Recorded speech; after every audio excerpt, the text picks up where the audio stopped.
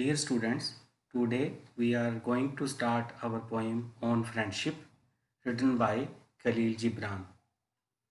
बेटे जो ये पोएम है ऑन फ्रेंडशिप ये खलील जिब्रान ਦੀ ਲਿਖੀ ਹੈ ਤੇ ਇਹ ਇੱਕ ਬੁੱਕ ਦਾ ਪ੍ਰੋਫਿਟ ਵਿੱਚੋਂ ਲਈ ਗਈ ਇੱਕ ਪੋਇਮ ਹੈ। ਦਾ ਪ੍ਰੋਫਿਟ ਜਿਸ ਦਾ ਨਾਮ ਅਲ ਮੁਸਤਫਾ ਹੈ ਉਹ ਇਸ ਦੇ ਵਿੱਚ ਸਪੀਕਰ ਹੈ। ਜੋ ਲਾਈਨਾਂ ਬੋਲੀਆਂ ਉਹ ਅਲ ਮੁਸਤਫਾ ਦਾ ਪ੍ਰੋਫਿਟ ਕੀ ਦਾ ਪੈਗੰਬਰ ਉਹਦੇ ਦੁਆਰਾ ਬੋਲੀਆਂ ਗਈਆਂ। ਆਪਾਂ ਪੋਇਮ ਪੜ੍ਹਦੇ ਹਾਂ। And a youth said Speak to us of friendship. Your friend is your needs answered. He is your field which you sow with love and reap with thanksgiving. And he is your board and your fireside. पहली line youth कोई आके कोई नौजवान आके पुछदा है profit नूं भी फ्रेंडशिप बारे दसो ਤਾਂ ਇਸ ਪੋਇਮ ਦੇ ਵਿੱਚ ਦਾ ਪ੍ਰੋਫਿਟ जिस का नाम मैं तुहानूं पहला भी दस्सिया अल मुस्तफा है वो हुण बोलदा है। तुहाडा जिहड़ा फ्रेंड है वो तुहाडीआं एक तरह जिवें तुहाडीआं कोई लोड़ां हुंदियां उस लोड़ां दा एक आंसर है। कहण दा मतलब ये है भी जे कोई तुहानूं कोई प्रॉब्लम है कोई तुहानूं तकलीफ है तो परमात्मा ने गिफ्ट के तौर पर सौगात के तौर पर तुहाडे फ्रेंड नूं बनाया होया है। He is your field which you sow with love and reap with thanksgiving. ਇਹ ਇਸੇ ਤਰ੍ਹਾਂ ਹੀ ਹੈ ਜਿਵੇਂ ਇੱਕ ਕਿਸਾਨ ਜਿਹੜਾ ਉਹ ਆਪਦੇ ਖੇਤ ਵਿੱਚ ਫਸਲ ਬੀਜਦਾ ਹੈ ਅਤੇ ਉਸ ਤੋਂ ਬਾਅਦ ਉਸ ਨੂੰ ਉਪਜ ਮਿਲਦੀ ਹੈ, ਉਸੇ ਤਰ੍ਹਾਂ ਹੀ ਇਸ ਦੇ ਵਿੱਚ ਲਵ ਬੀਜਿਆ ਜਾਂਦਾ ਅਤੇ ਥੈਂਕਸ ਗਿਵਿੰਗ ਉਹ ਰੀਪ ਕੀਤਾ ਜਾਂਦਾ ਹੈ। ਇਸ ਦਾ ਮਤਲਬ ਇਹ ਹੈ ਕਿ ਫਰੈਂਡਸ਼ਿਪ ਜਿਹੜੀ ਨਰਚਰ ਹੁੰਦੀ ਹੈ ਪਲਦੀ ਹੈ ਉਹ ਲਵ ਨਾਲ ਪਲਦੀ ਹੈ ਅਤੇ ਉਹਦੇ ਆਂਸਰ ਦੇ ਰੂਪ 'ਚ ਉਹਦੇ ਰੀਪ ਦੇ ਵਿੱਚ ਜਿਹੜੀ ਪੈਦਾਵਾਰ ਆ ਉਹ ਥੈਂਕਸ ਗਿਵਿੰਗ ਹੈ, ਸ਼ੁਕਰਾਨਾ ਹੈ ਪ੍ਰਮਾਤਮਾ ਦਾ।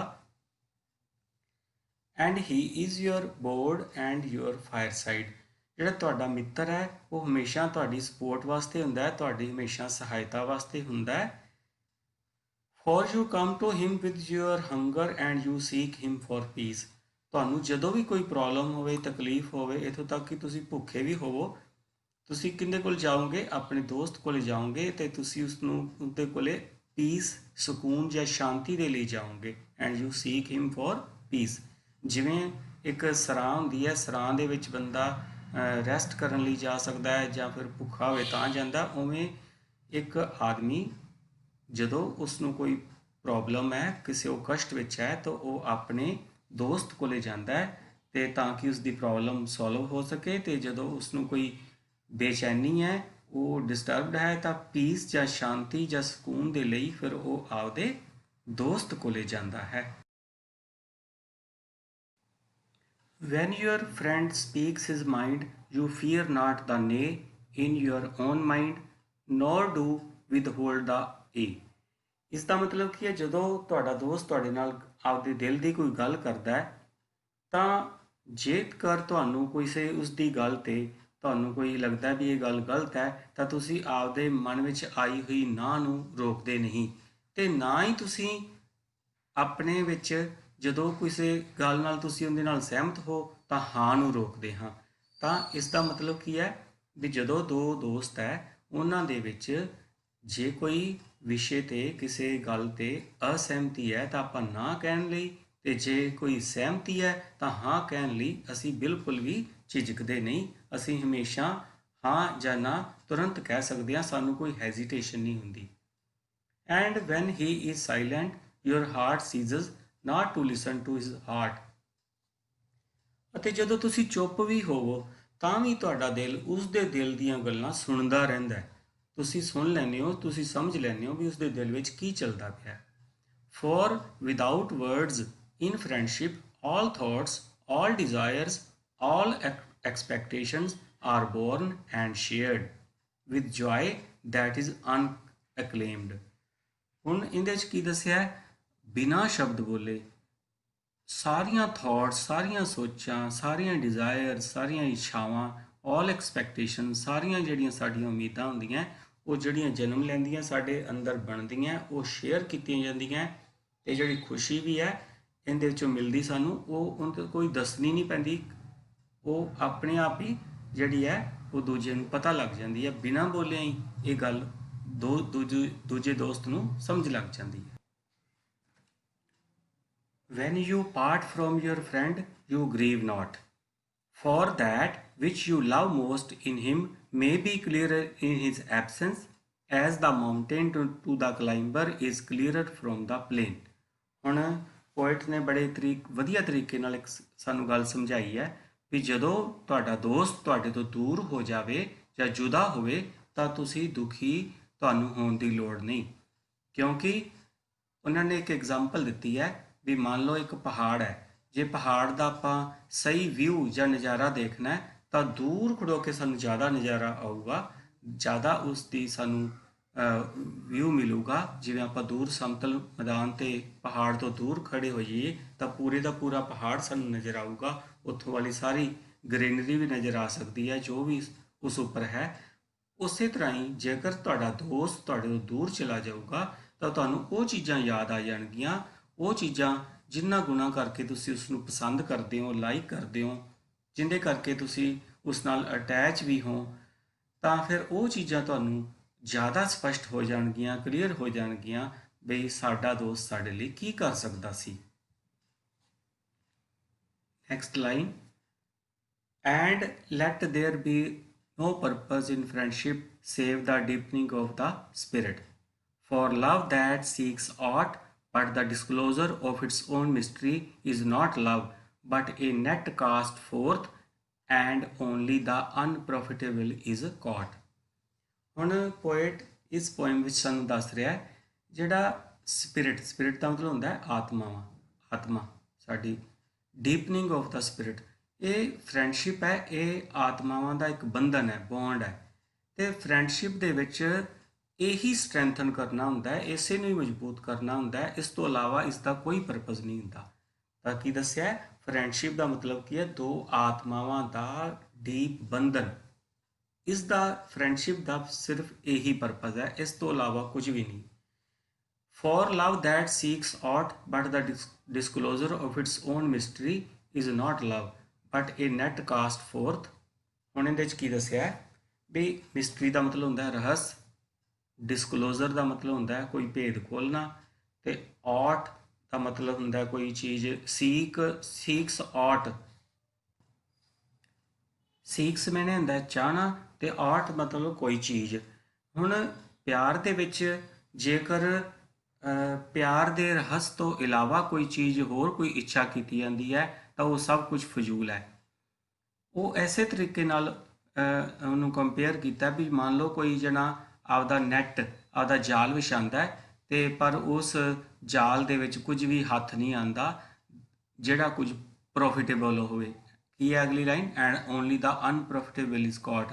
ਕਹਿਣ ਦਾ ਮਤਲਬ ਜਦੋਂ ਇਸ ਤਰ੍ਹਾਂ ਦਾ ਜਾਲ ਵਿਛਾਇਆ ਜਾਊਗਾ ਤਾਂ ਫਿਰ ਉਹਦੇ 'ਚੋਂ ਕੋਈ ਸਹੀ ਚੀਜ਼ ਨਹੀਂ ਪ੍ਰਾਪਤ ਹੋਣੀ, ਸਿਰਫ ਅਨਪ੍ਰੋਫਿਟੇਬਲ ਇਜ਼ ਗॉट, ਮਤਲਬ ਕਿ ਫਜ਼ੂਲ ਚੀਜ਼ ਹੀ ਤੁਹਾਨੂੰ ਮਿਲੂਗੀ। And let your best be for your friend, if he must know the ebb of your tide let him know it's flood also. ਹੁਣ ਇਸ ਦਾ ਕੀ ਮਤਲਬ ਹੈ ਵੀ ਜੋ ਕੁਝ ਤੁਹਾਡੇ 'ਚ ਬੈਸਟ ਹੈ ਨਾ ਉਹ ਤੁਹਾਡੇ ਮਿੱਤਰ ਦੇ ਲਈ ਹੋਣਾ ਚਾਹੀਦਾ ਹੈ। ਜੇਕਰ ਤੁਹਾਡਾ ਦੋਸਤ, ਤੁਸੀਂ ਜਦੋਂ ਤੁਹਾਡੀ ਬਹੁਤ ਕੰਡੀਸ਼ਨ ਮਾੜੀ ਹੈ, ਤੁਸੀਂ ਲੋ ਸਪਿਰਿਟਸ ਵਿੱਚ ਹੋ, ਜੇ ਤੁਹਾਨੂੰ ਉਦੋਂ ਦੇਖ ਰਿਹਾ ਹੈ ਤਾਂ let him know it's flood also, ਤਾਂ ਤੁਹਾਨੂੰ ਉਦੋਂ ਵੀ ਦੇਖ ਸਕੇ ਜਦੋਂ ਤੁਸੀਂ ਹਾਈ ਸਪਿਰਿਟਸ ਵਿੱਚ ਹੋ।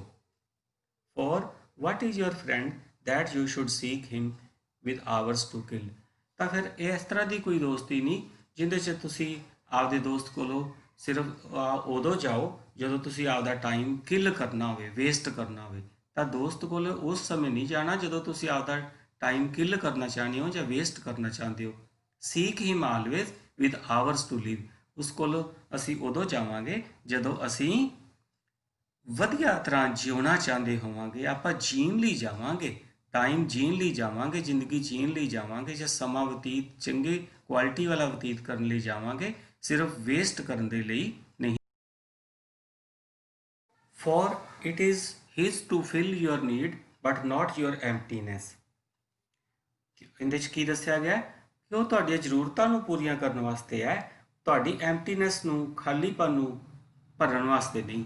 ਇਸ ਦਾ ਮਤਲਬ ਇਹ ਹੈ ਵੀ ਅਸੀਂ ਸਿਰਫ ਉਸ ਕੋਲੇ ਇੰਝ ਹੀ ਨਹੀਂ ਜਾਵਾਂਗੇ ਵੀ ਅਸੀਂ ਜਾ ਕੇ ਆਪਦਾ ਟਾਈਮ ਵੇਸਟ ਕਰਕੇ ਆਈਏ। ਉਹ ਤੁਹਾਡੀਆਂ ਜ਼ਰੂਰਤਾਂ ਪੂਰੀਆਂ ਕਰਨ ਦੇ ਲਈ ਹੈ, ਤੁਹਾਡੇ ਐਮਪਟੀਨੈਸ ਨੂੰ, ਖਾਲੀਪਨ ਨੂੰ ਪੂਰਾ ਕਰਨ ਦੇ ਲਈ ਨਹੀਂ ਗਾ। And in the sweetness of friendship let there be laughter and sharing of pleasures. ਅਤੇ ਹੁਣ ਜਿਹੜਾ ਦੋਸਤੀ ਹੈ, ਫਰੈਂਡਸ਼ਿਪ ਹੈ, ਇਹਦੇ ਵਿੱਚ ਮਧੁਰਤਾ ਲਿਆਉਣ ਦੇ ਲਈ ਉਹਦੇ 'ਚ ਲਾਫਟਰ ਤੇ ਖੁਸ਼ੀਆਂ, ਪਲੈਜ਼ਰ ਦੀ ਸ਼ੇਅਰਿੰਗ ਹੁੰਦੀ ਹੈ। ਆਪਾਂ ਹਾਸਾ ਇੱਕ ਦੂਜੇ ਨਾਲ ਸ਼ੇਅਰ ਕਰਦੇ ਹਾਂ, ਆਪਦੀਆਂ ਖੁਸ਼ੀਆਂ ਦੂਜੇ ਨਾਲ ਸ਼ੇਅਰ ਕਰਦੇ ਹਾਂ। For in the dew of little things the heart finds its morning and is refreshed. Dew ਦਾ ਮਤਲਬ ਹੁੰਦਾ ਬੇਟੇ ਜਿਵੇਂ ਤਰੇਲ ਦੀਆਂ ਬੂੰਦਾਂ। ਤਾਂ ਦੱਸਿਆ ਬਈ ਇਸ ਤਰ੍ਹਾਂ ਦੀਆਂ ਛੋਟੀ ਛੋਟੀ ਚੀਜ਼ਾਂ ਕਰਨ ਦੇ ਨਾਲ ਜਿਹੜੀ ਫਰੈਂਡਸ਼ਿਪ ਹੈ ਉਸ ਦੇ ਨਾਲ ਕੀ ਹੋਊਗਾ, ਜਿਹੜਾ ਤੁਹਾਡੇ ਦੋਸਤ ਦੇ ਮਨ ਨੂੰ ਉਹ ਰੀਫਰੈਸ਼ ਹੋ ਜਾਊਗਾ, ਉਸ ਨੂੰ ਖੁਸ਼ੀ ਮਿਲੇਗੀ।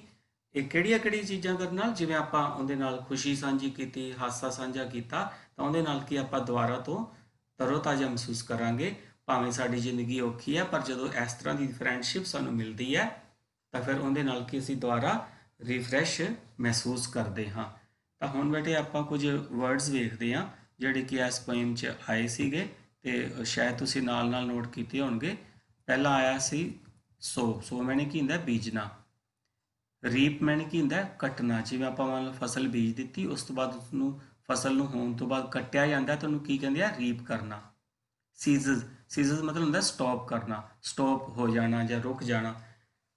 ਜਿਵੇਂ ਐਬ ਦਾ ਮਤਲਬ ਹੁੰਦਾ ਜਿਵੇਂ ਉਹ ਸਮਾਂ ਜਦੋਂ ਜਿਹੜਾ ਸਮੁੰਦਰ ਹੈ ਉਹਦੇ ਵਿੱਚ ਜਦੋਂ ਜਵਾਰ ਭਾਟਾ ਆਇਆ ਹੁੰਦਾ ਤਾਂ ਉਹ ਨੀਵੇਂ ਵਾਲੇ ਪਾਸੇ ਜਾਂਦਾ, ਪਾਣੀ ਨੀਵੇਂ ਸਤਰ ਹੁੰਦਾ ਬਣਦਾ ਹੈ, ਤਾਂ ਉਹਨੂੰ ਐਬ ਕਹਿੰਦੇ ਆ।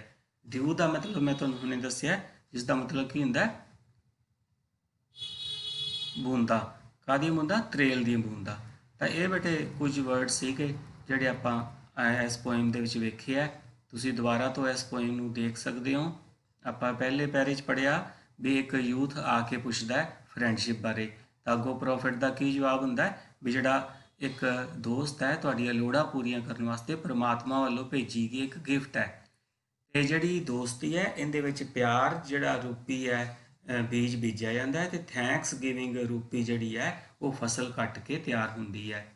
ਤੁਹਾਡਾ ਦੋਸਤ ਤੁਹਾਡੇ ਲਈ ਹਮੇਸ਼ਾ ਸਪੋਰਟ ਦੇ ਲਈ, ਤੁਹਾਡੀ ਸਹਾਇਤਾ ਦੇ ਲਈ ਹੁੰਦਾ ਹੈ। ਤੁਹਾਨੂੰ ਜਦੋਂ ਵੀ ਕੋਈ ਪ੍ਰੋਬਲਮ ਹੋਵੇ ਤਾਂ ਤੁਸੀਂ ਆਪਦੇ ਦੋਸਤ ਕੋਲੇ ਜਾਂਦੇ ਹੋ। ਜਦੋਂ ਤੁਹਾਨੂੰ ਸਕੂਨ ਜਾਂ ਪੀਸ ਚਾਹੀਦੀ ਹੈ ਤਾਂ ਤੁਸੀਂ ਆਪਦੇ ਦੋਸਤ ਕੋਲੇ ਜਾਂਦੇ ਹੋ। ਫਿਰ ਇੱਕ ਗੱਲ ਉਹਨਾਂ ਨੇ ਹੋਰ ਦੱਸੀ ਹੈ ਵੀ ਜੇਕਰ ਤੁਸੀਂ ਆਪਦੇ ਦੋਸਤ ਨਾਲ ਕੋਈ ਚੀਜ਼ ਸ਼ੇਅਰ ਕਰ ਰਹੇ ਹੋ, ਓਪੀਨੀਅਨ ਤੁਹਾਡਾ ਵਿਚਾਰ ਆਪਸ ਵਿੱਚ ਕਰ ਰਹੇ ਹੋ, ਜੇ ਤੁਹਾਨੂੰ ਕੋਈ ਲੱਗਦਾ ਵੀ ਇਸ ਚੀਜ਼ ਤੋਂ ਨਾ ਕੀਤੀ ਜਾਣੀ ਹੈ ਤਾਂ ਨਾ ਕਰਨੋਂ ਨਹੀਂ ਝਿਜਕਦੇ, ਜੇ ਯੈਸ ਕਰਨੀ ਹੈ ਤਾਂ ਯੈਸ ਕਰਨ ਤੋਂ ਵੀ ਨਹੀਂ ਝਿਜਕਦੇ। ਫਿਰ ਤੁਹਾਨੂੰ ਦੱਸਿਆ ਵੀ ਭਾਵੇਂ ਤੁਹਾਡਾ ਦੋਸਤ ਬੋਲ ਕੇ ਨਾ ਗੱਲ ਕਰ ਰਿਹਾ ਹੋਵੇ, ਪਰ ਤੁਹਾਨੂੰ ਤਾਂ ਵੀ ਉਸਦੇ ਦਿਲ ਦੀਆਂ ਚੀਜ਼ਾਂ, ਗੱਲਾਂ, ਉਸਦੀਆਂ ਸੋਚਾਂ, ਇੱਛਾਵਾਂ, ਉਮੀਦਾਂ, ਉਹ ਸਾਰੀਆਂ ਤੁਹਾਨੂੰ ਪਤਾ ਲੱਗ ਜਾਂਦੀਆਂ ਤੇ ਇਹ ਤੁਹਾਨੂੰ ਦੱਸਣ ਦੀ ਲੋੜ ਨਹੀਂ ਪੈਂਦੀ। ਫਿਰ ਤੁਹਾਨੂੰ ਦੱਸਿਆ ਵੀ ਜਦੋਂ ਕਈ ਵਾਰੀ ਇੰਝ ਹੁੰਦਾ ਦੋਸਤੀ ਦੇ ਵਿੱਚ ਕੀ ਆ ਵੀ ਮੰਨ ਲਓ ਦੋਸਤ ਇੱਕ ਦੂਜੇ ਤੋਂ ਜੁਦਾ ਹੁੰਦੇ ਆ, ਤਾਂ ਵੀ ਉਦੋਂ ਦੁੱਖ ਮਨਾਉਣ ਦੀ ਲੋੜ ਨਹੀਂ, ਕਿਉਂਕਿ ਜਦੋਂ ਤੁਸੀਂ ਆਪਦੇ ਦੋਸਤ ਤੋਂ ਦੂਰ ਹੋਵੋਗੇ ਤਾਂ ਫਿਰ ਤੁਹਾਨੂੰ ਹੋਰ ਜ਼ਿਆਦਾ ਪਤਾ ਲੱਗੇਗਾ ਵੀ ਕਿਹੜੇ ਤਰੀਕੇ ਨਾਲ ਸੀਗਾ ਜਿਹੜਾ ਸਾਡਾ ਦੋਸਤ ਸਾਡੇ ਲਈ ਚੰਗਾ ਸੀ। ਉਸਦੇ ਚੰਗੇ ਚੰਗੇ ਗੁਣ ਤੁਹਾਨੂੰ ਫਿਰ ਜ਼ਿਆਦਾ ਹੋਰ ਕਲੀਅਰ ਹੋ ਜਾਣਗੇ। ਇਹ ਤੁਹਾਨੂੰ ਵਿਦ ਐਗਜ਼ਾਮਪਲ ਸਮਝਾਇਆ ਵੀ ਜਿਵੇਂ ਇੱਕ ਪਹਾੜ ਨੂੰ ਦੇਖਣਾ ਹੋਵੇ ਤਾਂ ਉਹਦਾ ਫੁੱਲ ਵਿਊ, ਪੂਰਾ ਨਜ਼ਾਰਾ ਦੇਖਣਾ ਹੋਵੇ ਤਾਂ ਦੂਰ ਤੋਂ ਖੜ ਕੇ ਨਜ਼ਾਰਾ ਲਿਆ ਜਾਂਦਾ। ਤਾਂ ਇਸੇ ਤਰ੍ਹਾਂ ਹੀ ਤੁਹਾਡਾ ਦੋਸਤ ਜਦੋਂ ਤੁਹਾਡੇ ਤੋਂ ਦੂਰ ਹੁੰਦਾ ਤਾਂ ਉਸਦੇ ਚੰਗੇ ਗੁਣ ਤੁਹਾਡੇ ਹੋਰ ਉਸਦੇ ਸਾਹਮਣੇ ਤੁਹਾਡੇ ਆਉਣਗੇ। ਫਿਰ ਉਸ ਤੋਂ ਬਾਅਦ ਦੱਸਿਆ ਵੀ ਫਰੈਂਡਸ਼ਿਪ ਦੇ ਵਿੱਚ ਕੋਈ ਹੋਰ ਸੈਲਫਿਸ਼ ਮੋਟਿਵ ਨਹੀਂ ਗਾ, ਇਹਦੇ ਵਿੱਚ ਸਿਰਫ ਡੀਪਨਿੰਗ ਆਫ ਦਾ ਸਪਿਰਿਟ ਹੈ। ਸਪਿਰਿਟ ਮਤਲਬ ਆਤਮਾਵਾਂ ਦਾ ਜਿਹੜਾ ਬੰਧਨ ਹੈ ਨਾ, ਉਹ ਹੋਰ ਡੀਪਨ ਹੁੰਦਾ ਹੈ। ਇਸ ਤੋਂ ਇਲਾਵਾ ਹੋਰ ਕੁਛ ਨਹੀਂ। ਜੇਕਰ ਹੋਰ ਕੁਝ ਹੈ ਤਾਂ ਸਿਰਫ ਇਹ ਸਭ ਫਜ਼ੂਲ ਹੈ, ਉਹਦੇ ਵਿੱਚ ਕੁਝ ਵੀ ਹਾਸਲ ਹੋਣ ਵਾਲਾ ਨਹੀਂ ਗਾ। ਉਸ ਤੋਂ ਬਾਅਦ ਦੱਸਿਆ and let your best be for your friend. ਤੁਹਾਡਾ ਤੁਹਾਡੇ ਵਿੱਚ ਜੋ ਬੈਸਟ ਹੈ ਉਹ ਤੁਹਾਡੇ ਦੋਸਤ ਦੇ ਲਈ ਹੋਣਾ ਚਾਹੀਦਾ ਹੈ। ਜੇ ਤੁਹਾਡਾ ਦੋਸਤ ਤੁਹਾਡੇ ਮਾੜੇ ਸਮੇਂ 'ਚ ਤੁਹਾਨੂੰ ਦੇਖ ਰਿਹਾ ਤਾਂ ਜਦੋਂ ਤੁਸੀਂ ਖੁਸ਼ੀਆਂ ਵਾਲੀ ਸਟੇਜ ਵਿੱਚ ਹੋ ਤਾਂ ਤੁਹਾਨੂੰ ਉਦੋਂ ਵੀ ਦੇਖ ਸਕੇ, ਤੁਸੀਂ ਉਦੋਂ ਵੀ ਉਹਦੇ ਕੋਲ ਹੋਵੋ। ਫਿਰ ਉਸ ਤੋਂ ਬਾਅਦ ਦੱਸਿਆ ਵੀ ਜਿਹੜਾ ਤੁਸੀਂ ਦੋਸਤ ਹੈ ਤੁਹਾਡੀ ਫਰੈਂਡਸ਼ਿਪ ਹੈ ਉਹ ਟਾਈਮ ਕਿਲ ਕਰਨ ਦੇ ਲਈ ਨਹੀਂ ਗੀ, ਉਹ ਇੱਕ ਚੰਗੀ ਜ਼ਿੰਦਗੀ ਕੁਆਲਿਟੀ ਲਾਈਫ ਜਿਉਣ ਦੇ ਲਈ ਹੈ, ਉਹ ਤੁਹਾਡੀ ਐਮਟੀਨੈਸ ਭਰਨ ਵਾਸਤੇ ਨਹੀਂ ਗਾ।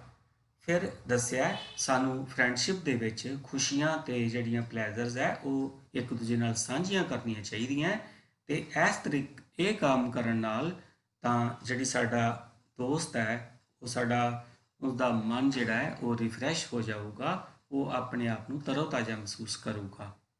Thank you.